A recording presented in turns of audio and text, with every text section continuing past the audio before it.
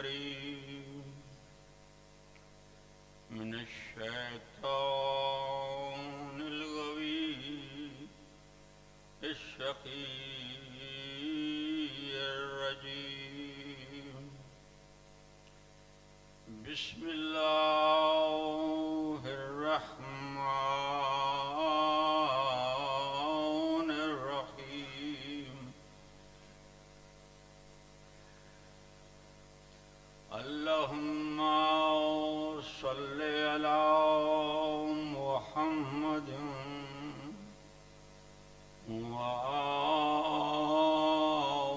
محمد وعجل فرجهم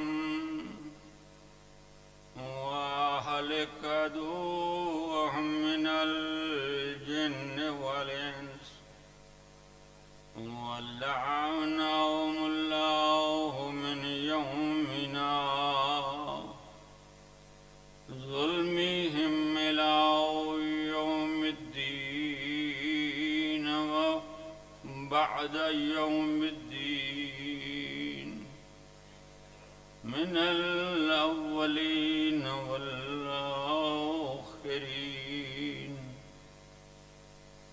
اللهم كن لوليك الحجة ابن الحسن المهدي عليهم الصلاة والسلام صلواتك عليه وعلى آبائه الطاهرين وأولاده المعصومين في العالمين أجمعين في هذه الساعة وفي كل ساعة من ساعات الليل والنهار وليا وحافظا وقائدا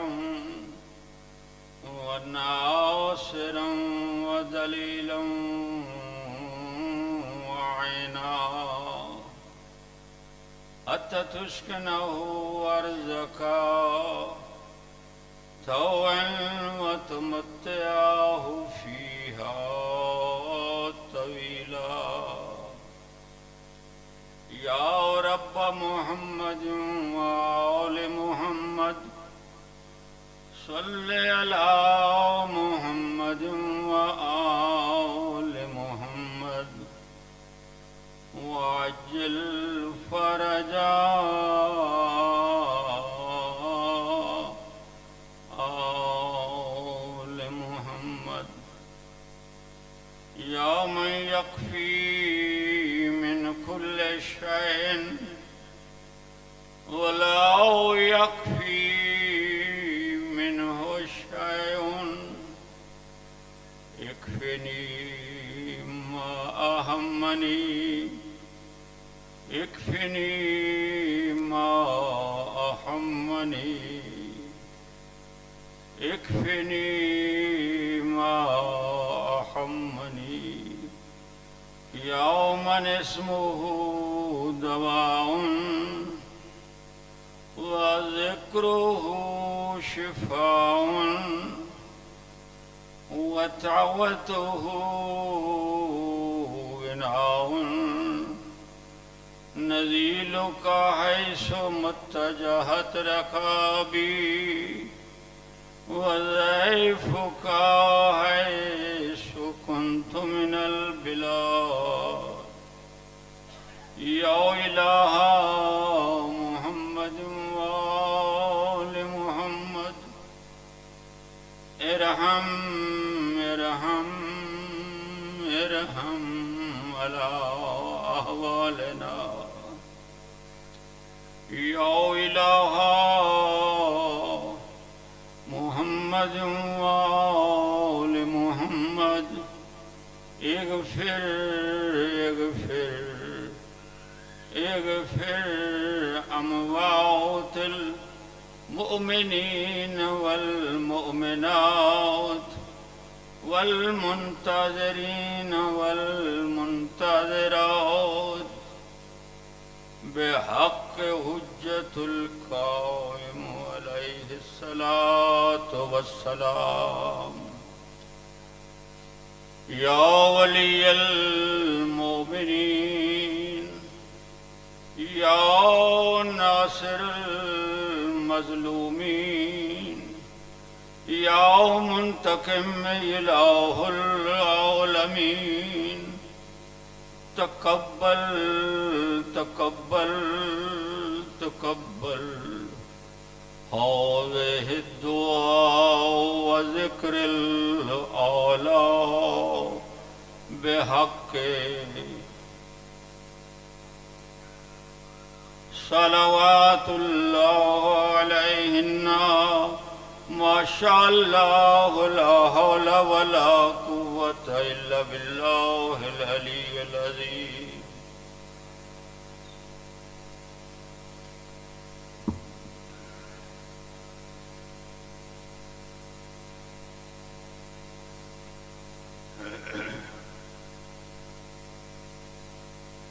تمام تر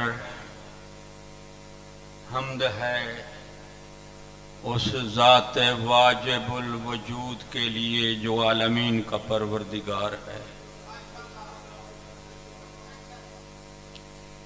جو آپ جیسے نیکوکاروں کو بھی عطا فرماتا ہے اور مجھ جیسے گناہ کاروں کو بھی عطا فرماتا ہے۔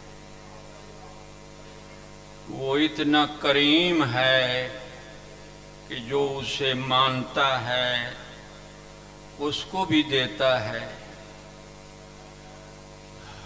جو اسے نہیں مانتا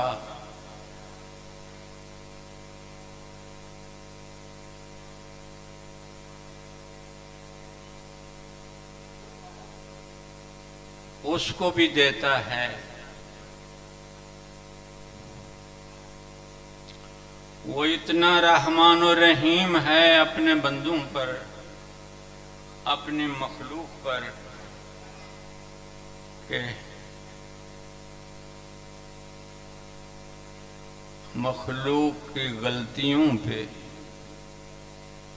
نافرمانیوں پہ جلدی ناراض نہیں ہوتا۔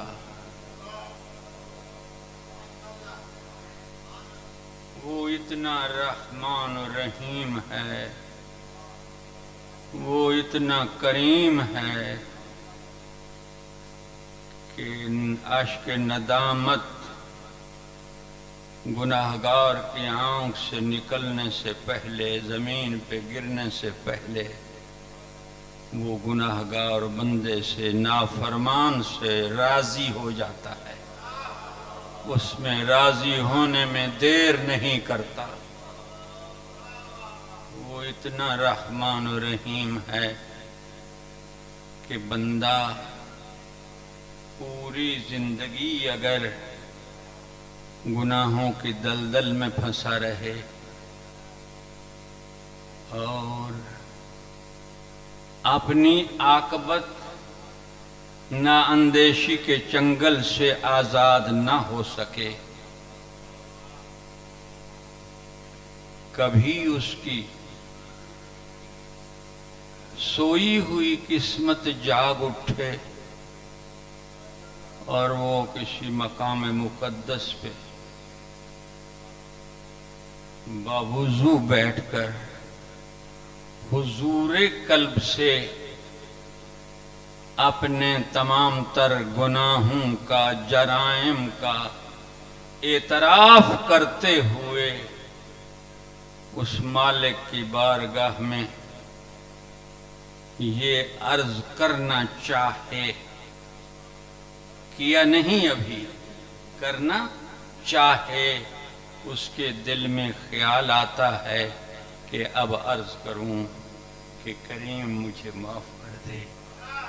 وہ ابھی چاہتا ہے، کہتا نہیں، عرض کرتا نہیں، اس کے عرض کرنے سے پہلے وہ کریم اس سے مخاطب ہو کے فرماتا ہے مانگو میرے گناہگار بندے، تم مانگنا کیا چاہتا ہے؟ لبیک لبیک لبیک یا عبدی، جیو میرا گناہگار بندہ، تو مانگتا کیا ہے؟ میں دینے کو تیار ہوں۔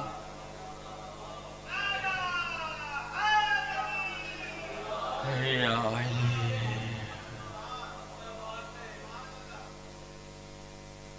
وہ اس قدر کریم ہے۔ پہلے زندگی جو گزری سو گزر گئی، اب یہ فقیر حقیر آپ کے سامنے اس نئی زندگی میں پہلی مرتبہ حاضر ہوا ہے۔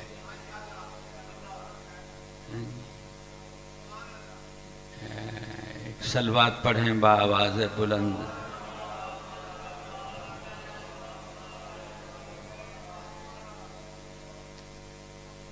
ایک صاحب تشریف لائے ہیں، وہ غالباً پیچھے بیٹھنا چاہتے ہیں، وہ نہ بیٹھیں، آگے آ جائیں، پھر بھی صلوات پڑھیں بآواز بلند۔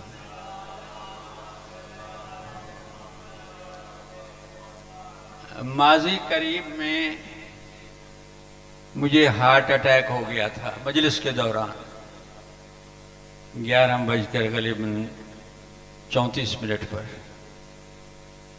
تو وہ کافی مشکل جان لیوا حد تک تھا۔ لے گئے ہاسپیٹل میں، تو وہاں داخل رہا۔ ڈاکٹروں نے پوچھا، پہلے بھی کبھی ہوا؟ میں نے کہا 2011 میں ہوا تھا، کہ یہ اتنی مہلت جو آپ کو ملی ہے اس سے آپ نے فائدہ نہیں اٹھایا، دوائی ترک کر دی تھی۔ اور واقعی میں نے ایسے کیا تھا کہ 3.5 سال کے بعد میں نے دوائی چھوڑ دی تھی۔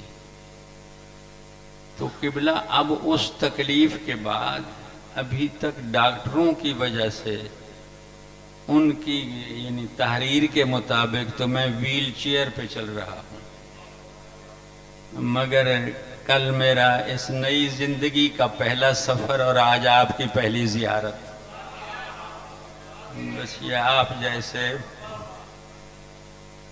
نیکوکاروں کی، آپ جیسے مولائیوں کی دعاؤں کا نتیجہ ہے کہ یہ گناہگار آج بھی آپ کے سامنے حاضر ہے۔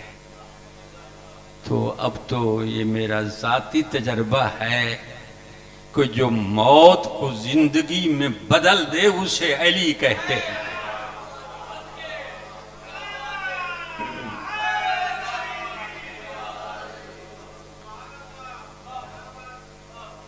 فائلیں میرے پاس پڑی ہیں، رزلٹ میرے پاس پڑے ہیں، سب کچھ موجود ہے۔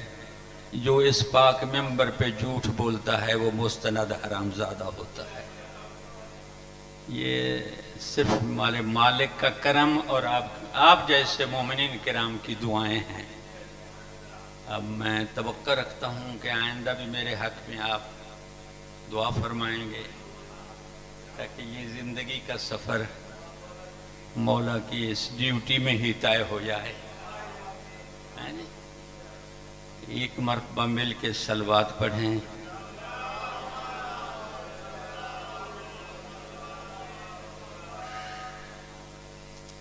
یہ ایک صلوات پڑھیں۔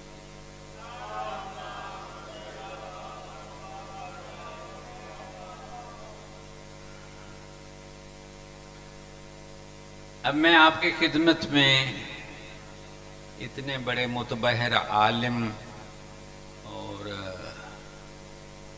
روضہ خان کے بعد کیا بیان کروں، میری حیثیت کیا ہے، کیونکہ بات کا اثر ہوتا ہے یا شخصیت سے ہوتا ہے یا حیثیت سے ہوتا ہے۔ نہ میری کوئی ان کے بعد علمی حیثیت ہے آپ کے سامنے، اور نہ ہی آپ کے سامنے میری کوئی شخصیت ہے۔ تاہم اس بے بضاعتی کے میدان میں میں اپنے وارث کریم کا سہارا لیتے ہوئے اتنا عرض کرتا ہوں کہ جس شخص کو کبھی قبر کا خیال آ جائے کہ قبر میں جا کر کیا ہوگا، کیسے گزرے گی، تو قبلہ میرے پاس ایک عمل پہنچا ہے، وہ آپ سب کی نظر کرتا ہوں، جس میں قبر کا تحفظ موجود ہے۔ وہ ہے، نام پاک ہے آپ کے امام زمانہ علیہ السلام۔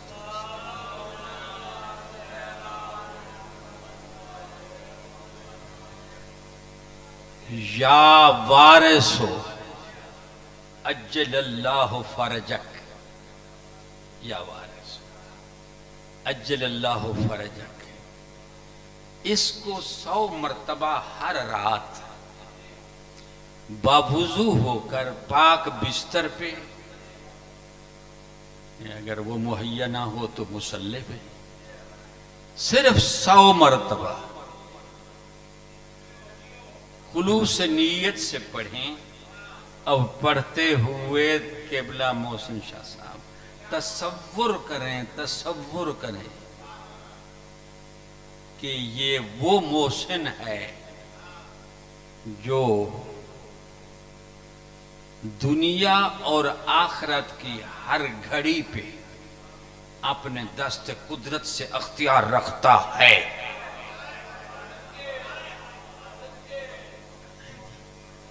اس محسن کی ذات کو یاد کر کے یہ 100 مرتبہ صرف پڑھیں اور پڑھ کر سو جائیں۔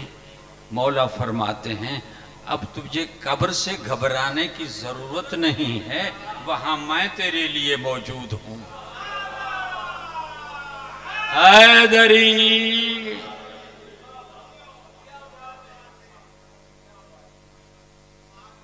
بہت کریم ہے وہ ذات۔ میرے پیش رو قبلہ نے بہت اچھا خطاب فرمایا، ولایت پہ زیر حاصل تبصرہ فرمایا۔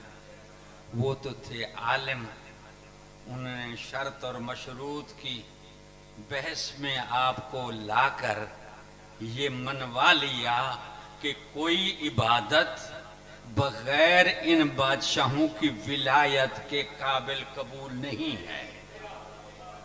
یہی تھا نا قبلہ ان کا مقصد جو تھا، موضوع کا وہ یہی تھا غالباً، جو جہاں تک میرے ذہن میں بات آئی ہے۔ تو قبلہ اگر ان بادشاہوں کی ولایت کے بغیر تو آپ کی توحید بھی قابل قبول نہیں ہے، یعنی توحید مشروط ہو گئی ہے ان بادشاہوں کی ولایت سے۔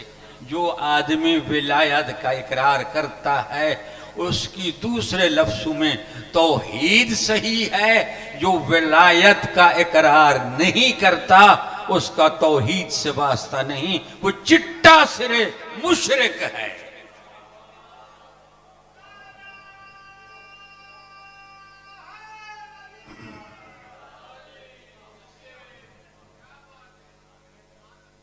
ایسے تھا نا قبلہ، موضوع تو یہی تھا قبلہ کا۔ ہاں جی، اب اس کے سلسلے میں میں تو ان پڑھ آدمی ہوں بیچارہ، کیا عرض کروں، اتنا تھوڑا سا آپ کی مدد چاہتا ہوں۔ بالخصوص پٹواری صاحب تو چونکہ میزانیوں میں بڑے ماہر ہوتے ہیں، باقی سارے صاحبان بھی، اساتذہ کرام بھی تشریف فرما ہیں۔ یہ ابجد کے حساب سے، عددی اعتبار سے ہم لے رہے ہیں لفظ توحید چٹھا صاحب۔ میں بھول تو نہیں گیا آپ کو، غازی چک سے آپ ہی ہیں نا میرے موضوع؟ چلو کہ میں شاید بھول جاتا ہوں۔ وہ توحید لے رہے ہیں۔ تے کے عدد کتنے ہیں جی؟ 400۔ اب جمع آپ لوگوں نے کرنا ہے، میں بھول جاتا ہوں۔ تے کے عدد ہیں جی 400 اور واو کے 6، کتنے ہو گئے؟ 406۔ اور ہے کے عدد ہیں 8، اب کتنے ہو گئے؟ 414۔ اور یہ کے کتنے ہیں جی 10، کتنے ہو گئے؟ 424۔ اور دال کے کتنے ہیں جی؟ دال کے 4، اب کتنے ہو گئے؟ 428. 4 2 اور 8. اب ان تینوں کو جمع کریں. 8 جمع 2 10. 10 جمع 4 14. تو میرے سے پہلے پڑھنے والے عالم باعمل، ہاں جی، متقی پرہیزگار نیک انسان، وہ فرما رہے تھے توحید تمہاری مشروط ہے ولایت سے. اب جو توحید ہے وہ مشروط ہو گئی ہے 14 سے.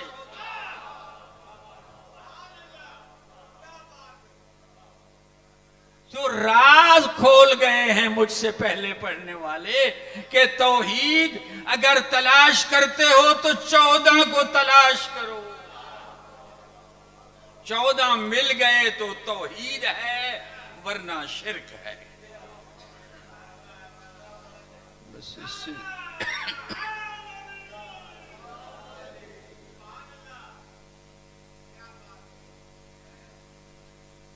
یہ ہے قبلہ.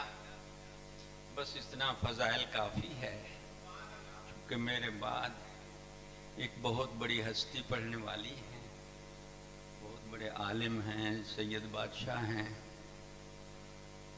کیونکہ میں تو ایک فقیر اور حقیر ہوں، اس قابل بھی نہیں ہوں.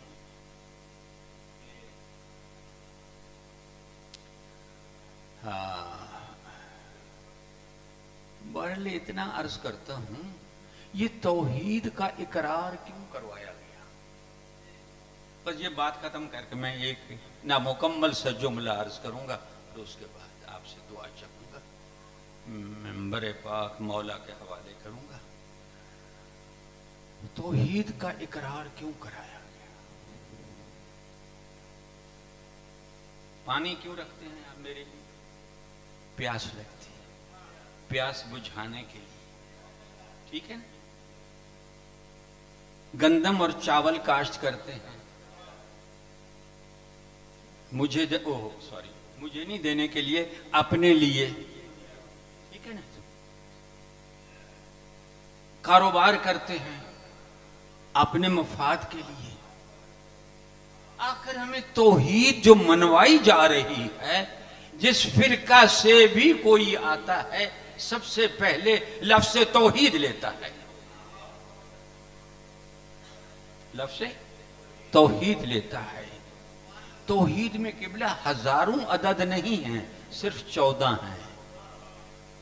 آپ ادھر ادھر دیکھ کر پریشان نہ ہوں، لا تعداد کی ضرورت نہیں، صرف 14 تک محدود کر کے رکھ دیا گیا ہے توحید کو. اور توحید صرف اور صرف اس لیے ہے، اب آگے آپ کا اپنا مقدر ہے کہ اس فقیر کا فقرہ سمجھ سکیں یا نہ سمجھ سکیں. وہ اس لیے ہے کہ آدمی کو شرک جیسی نجاست سے پاک کرنے کے لیے اقرار توحید کرایا جاتا ہے. آدمی پاک ہوتا ہے، یہ اس کی ضرورت ہے. تو جو آدمی شرک جیسی نجاست سے پاک ہونا چاہتا ہے، اسے 14 کا اقرار کرنا پڑے گا. اگر نہیں کرے گا تو وہ مشرک رہے گا، اور جو مشرک رہے گا اس کے لیے جہنم واجب ہے، نجات ممکن ہی نہیں. صلوات پڑھیں. یہ ہے میرے مولا کا معجزہ کہ آپ مجھ جیسے گناہگار کو، فقیر کو سن رہے ہیں جی. تو آپ کی اس پر اسرار خاموشی کے صدقے جام،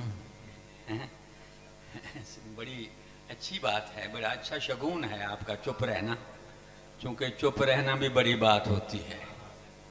کچھ لوگ کسی جگہ چپ رہتے تھے، مالک کو وہ چپ پسند نہ آئی. فرمایا میرے حبیب نہیں، ایک میدان میں کھڑے ہو جاؤ جہاں کوئی سایہ نہ ہو، کہیں شبہ نہ ہو کہ کوئی کیسے کیا کر رہا ہے. نہیں، سامنے نظر ہے. چٹیل میدان تھا، کڑکڑاتی دھوپ تھی، عرب کی شہرہ آفاق گرمی تھی، پلانوں کا ممبر تھا، اس پہ اپنے محبوب کو سوار کیا اور فرمایا کہ جلدی کر، اب ان سے اقرار کروا لے، ان میں دیکھنا ذرا خیال سے کون چپ رہتا ہے اور کون بولتا ہے۔ میں آپ سے نہیں کہتا کہ آپ بولیں، آپ بے شک خاموش رہیں۔ تو جب یہ اقرار کروایا گیا تو اس وقت چپ توڑی گئی تھی غلام رضا، ٹھیک ہے نا؟ ہاں، تو وہ چپ جو توڑی گئی تھی اس میں بھی ایک راز تھا۔ کیا؟ بولنے میں بھی فرق ہوتا ہے، ایک ایسے بولتا ہے خوش ہو کر دل سے، بھئی چٹھا صاحب آ گئے ہیں، میرا دل خوش ہو گیا، پتہ نہیں ان کا ہوا یا نہیں ہوا، برحال میں تو پاک منبر پہ کہہ رہا ہوں کہ میرا تو دل خوش ہوا ہے، اور دل بھی وہ جو بیمار دل ہے وہ بھی خوش ہو گیا۔ اس سے زیادہ اور کیا دلیل ہو سکتی ہے؟ ہاں جی، دوسری دلیل یہ تھی کہ کچھ لوگ ایسے ہوتے ہیں کہ وہ بولتے تو ہیں مگر بولتے ہیں یہاں سے۔ اللہ جو سننا چاہتا ہے وہ یہاں سے نہیں سنتا، وہ ادھر سے سنتا ہے، ادھر سے نہیں سنتا۔ آپ باقر شاہ جی بے شک ادھر سے نہ بولے، ادھر سے تو ضرور بولے نا۔ کہ بادشاہ نے فرمایا جب کہ یہ وہ ہے جس کا جیسے جیسے میں مولا ہوں۔ اب کچھ لوگوں کو لفظ مولا سے چڑ ہے، وہ مولا کیوں فرمایا گیا بھائی عابد شاہ صاحب؟ وہ صرف اور صرف اس لیے فرمایا گیا تھا کہ مولا کے معنی ہے مالک کے۔ مالک کیسا؟ مالک کل، جس میں وکیل کی ضرورت بھی نہ رہے، جان مال رزق بیوی بچے عزت ناموس غرضے کے سب کچھ کا مالک وہ ہے جو چاہے کر دے۔ تو مالکوں کا فرمان یہ تھا کہ جس جس کا جیسے جیسے میں مولا ہوں اس کا ویسے ویسے میرا یہ بھائی مولا ہے۔ اب جو اس کو مانتا ہے، جو اس کو مانتا ہے وہ ہاتھ بلند کر کے کہے بخن بخن لک یا علی، آج ہم نے آپ کو مان لیا، مبارک دیتے ہیں۔ کیوں؟ کہ آپ مومنوں کے امیر ہیں، مومنوں کے مالک ہیں، یعنی صاحب ایمان کے مالک ہیں۔ تو ان کی ملکیت کے سلسلے میں بلند ہو کر، ہاتھ بلند کر کے یہ گواہی دینے والا وہ ہوتا ہے جو دل سے کہہ رہا ہو کہ آپ مومن کے امیر ہیں۔ دوسرے لفظوں میں یہ بھی کہہ رہا ہے کہ منافقوں کے نہیں ہیں، منافق نہیں مانتے کہ آپ ہیں، مومن مانتے ہیں۔ مومن کون ہوتا ہے جی؟ جو صاحب، بولے نا، آپ کیوں چپ ہیں؟ یہ تو پھپھری والے چپ ہو جائیں، آپ تو ادھر سے آئے ہیں نا۔ مومن وہ ہوتا ہے جو کل ایمان کو مانے، کل ایمان کو اپنا مولا مانے، گنتی والا نہیں کہ پہلا امام ہے، نا نا نا نا، اس کی ضرورت نہیں ہے مولا کے دفتر میں، نا۔ کل ایمان اپنا مولا مانے، جو یہ مانتا ہے وہ صاحب ایمان ہے، جو ایسے نہیں مانتا وہ مجسم شیطان ہے، ابلیس ہے، لعنتی ہے، اس پر لعنت واجب ہے۔ جو لعنت کرتا ہے وہ بھی ٹھیک کرتا ہے، جو نہیں کرتا وہ غلط کرتا ہے۔ تو یہ ہے شرط توحید کی ولایت۔ اب انشاءاللہ کل کی مجلس میں بات آگے چلے گی۔ اب صلوات پڑھیں بآواز بلند۔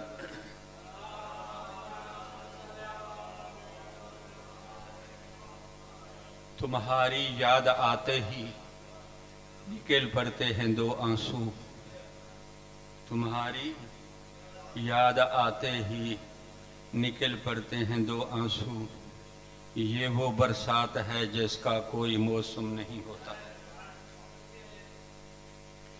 بس وہ قبلہ فرما رہے تھے، ایک پاک شہزادی کا قصہ، درد بھری کہانی بیان فرما رہے تھے، اور اس میں یہی فقرہ تھا کہ یہ پاک شہزادی اپنے پاک بابا کے فراق میں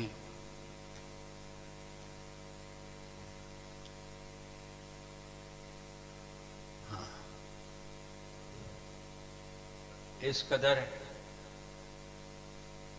گریہ کنا رہتی تھی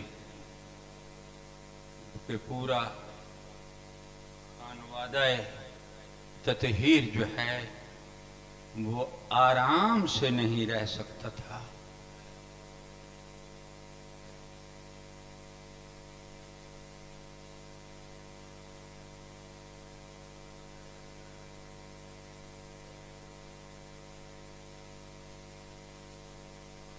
یہ میرے پیش رو فرما رہے تھے، میں اسی ضمن میں صرف ایک فکر عرض کرتا ہوں اور پاک منبر اپنے پاک وارث دوران امام العصر والزمان کی بارگاہ میں حوالے کرتا ہوں کہ میرے مولا کی 5 شہزادیاں ہیں، جن میں سب سے زیادہ مصائب ان 2 شہزادیوں کے ہیں جو بظاہری سن کے لحاظ سے تو بہت چھوٹی تھی،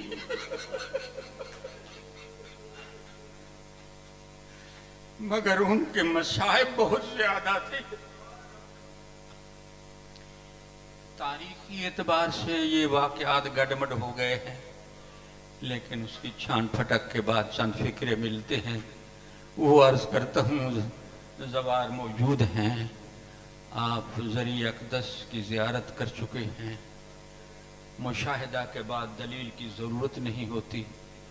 وہاں میری آقا زادی کا مزار موجود ہے، دونوں بہنوں کا مزار موجود ہے۔ یہ وہ شہزادی ہے جس کا ظاہری سن مبارک چھوٹا تھا، جب آخری وداع کے وقت کریم کربلا علی اکبر کا پاک بابا اپنے پاک پرداداران توحید سے ودا کر کے واپس آنے لگے ہیں، تو ایک شہزادی کو اٹھایا ہوا تھا، دوسری کو انگلی سے پکڑا۔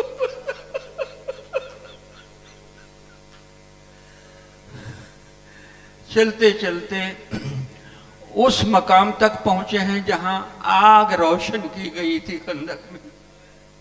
وہ جب وہاں پہنچے ہیں تو میرے مولا رک گئے، وہاں فرماتے ہیں میری شہزادیوں آخر آپ چاہتی کیا ہو؟ تو یہ دونوں بیویاں زمین پہ اتر جاتی ہیں اور جا کر بابا کی ابا کا دامن پکڑ لیتی ہیں، چھوٹے چھوٹے ہاتھ جوڑ کے عرض کرتی ہیں بابا ہمارا ایک سوال ہے، ہمیں یہ بتا دیں کہ اس وقت دشمن کے نرغے میں ہیں، ہمیں اکیلا چھوڑ کر کس کے سہارے ہمیں جا رہے ہیں؟ ہمیں بتاتے جائیں ہم کس کے سہارے زندگی گزاریں گی۔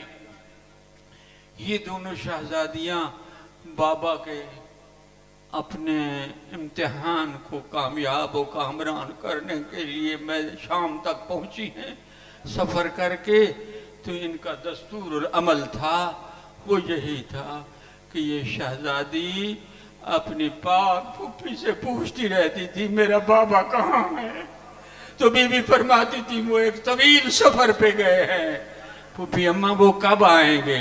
جو مسافر سفر کو جاتا ہے آخر واپس آتا ہے، تو میرا بابا کب آئیں گے؟ بی بی کہتی وہ ضرور آئیں گے۔